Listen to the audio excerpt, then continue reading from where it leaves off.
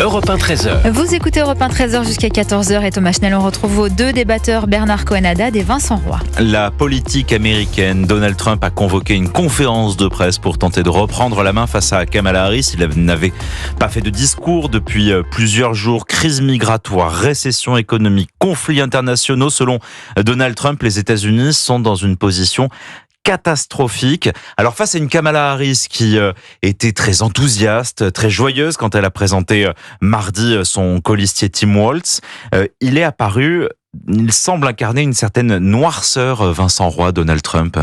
Oui, alors effectivement, là, en plus les propos sont relativement outranciers. Il est allé faire un rapprochement entre le retrait des troupes en Afghanistan en 2021 et la chute de Saïgon en 1975. Il raconte à qui veut l'entendre que nous sommes près de la Troisième Guerre mondiale, que la Chine ne nous respecte plus, que la Corée du Nord ne nous respecte plus, dit-il, voulant dire ne respecte plus les Américains, et donc il charge la barque. Alors d'un autre côté, voyez-vous, moi je suis assez étonné que la campagne démocrate n'ait pas bougé entre Joe Biden et Kamala Harris. C'est-à-dire que Kamala Harris, elle, à l'inverse, ne parle pas à la presse, ne fonctionne que par meeting interposé, alors que, au moins, on ne peut pas reprocher à Donald Trump son manque de spontanéité. Et je crois qu'il parle à un certain nombre d'Américains plus directement que ne le fait Madame Harris, qui reste quand même quelqu'un de considéré comme étant assez élitiste et quelqu'un de plus clivant. Alors, même ces exagérations, si vous voulez, on peut imaginer d'une certaine façon qu'elles le servent au nom de cette spontanéité dont je parlais et du fait que lui, au moins, il prend le taureau par les cornes, si j'ose dire, et n'hésite pas à improviser des rendez-vous avec la presse. C'est vrai qu'elle n'a fait aucune interview ni de conférence de presse. On est à 90 jours de l'élection. C'est là que le bas blesse, Bernard Cohen-Haddad ?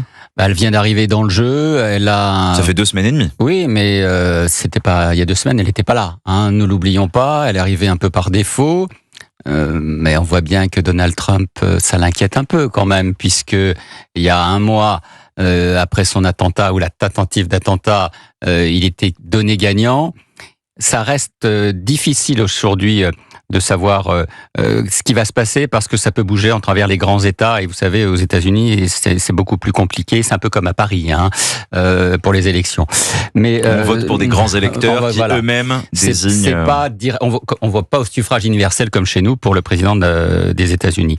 Ceci étant, il reste sur le discours qu'il a toujours tenu Donald Trump face à une Kamala Harris qu'il considère comme une gauchiste. Ça n'a rien à voir avec les gauchistes que nous avons chez nous non plus. Ce sont plutôt de la droite sociale, si je puis me permettre. On va dire les choses. Mais ce que Donald Trump aujourd'hui, il veut apparaître comme le sauveur de son camp. Il veut apparaître comme celui qui représente l'Amérique qui gagne, qui n'a pas peur, qui est prête tout simplement à affirmer des valeurs de droite, bien entendu, face à l'immigration, face à l'insécurité internationale et aussi face à une difficulté économique pour reprendre sur un leadership face à la Chine, face à l'Inde et un certain nombre, et la Russie bien entendu, face à la population qui aujourd'hui, de pays qui sont plus émergents. Donc on voit bien que sa volonté c'est de cristalliser un certain nombre de thématiques qui reviennent sur ces thématiques antérieures, mais il ne pourra pas gagner selon moi, je ne sais pas ce qu'en pense Vincent, mais il ne pourra pas gagner selon moi s'il n'a pas un discours plus mezzo voce, parce qu'il aura besoin à un moment donné de parler à ceux qui ne sont pas uniquement radicaux, à la fois en matière politique et religieuse. Est-ce qu'il retombe dans ses travers en reprenant ses anciennes catastrophistes ? Oui, alors c'est assez curieux puisque, comme on le disait hors antenne, juste après l'attentat dont il fut la victime, il marchait sur l'eau en faisant preuve d'une certaine ouverture. Et voilà que maintenant que Madame Harris devient la candidate et que Joe Biden a quitté la scène, en tous les cas pour ce qui est de la présidentielle, il se crispe, il est extrêmement en colère puisque le dernier sondage donne 1,5 point ou 1 point de plus là actuellement à Kamala Harris, qui ne veut pas dire grand-chose dans l'état actuel des choses, mais c'est quand même pour lui un signal. Et là, ces démons le rattrape, si j'ose dire, et alors on est tout à fait dans Make America Great Again, c'est-à-dire on est reparti, on veut exister face à la Russie, face à la Chine, là on n'existe plus avec vous. Il en vient presque, dans son discours, et ça a été très clair, à regretter Joe Biden, qui pour lui était le candidat idéal, en disant, mais regardez, même à Biden, c'est Kamala Harris qui lui a volé sa candidature à l'élection, tout en rappelant quand même, vous savez que je n'aime pas beaucoup Joe Biden, mais enfin, il va même jusque-là. Donc, effectivement, je crois qu'au bout d'un moment, il faudra calmer tout ça, parce que le but final, ça sera quand même de réunir. Il ne peut pas s'adresser qu'à une partie de la population, dont il a l'oreille, hein. C'est une certitude. Et Madame Harris, de ce point de vue, ne l'a pas, mais il sera bien obligé de réunir pour faire le maximum de voix. Et le but final, ce sera aussi la transition, et il a prévenu, elle se passera bien. Il y aura une passation du pouvoir pacifique à condition d'avoir une élection honnête, a prévenu Donald Trump.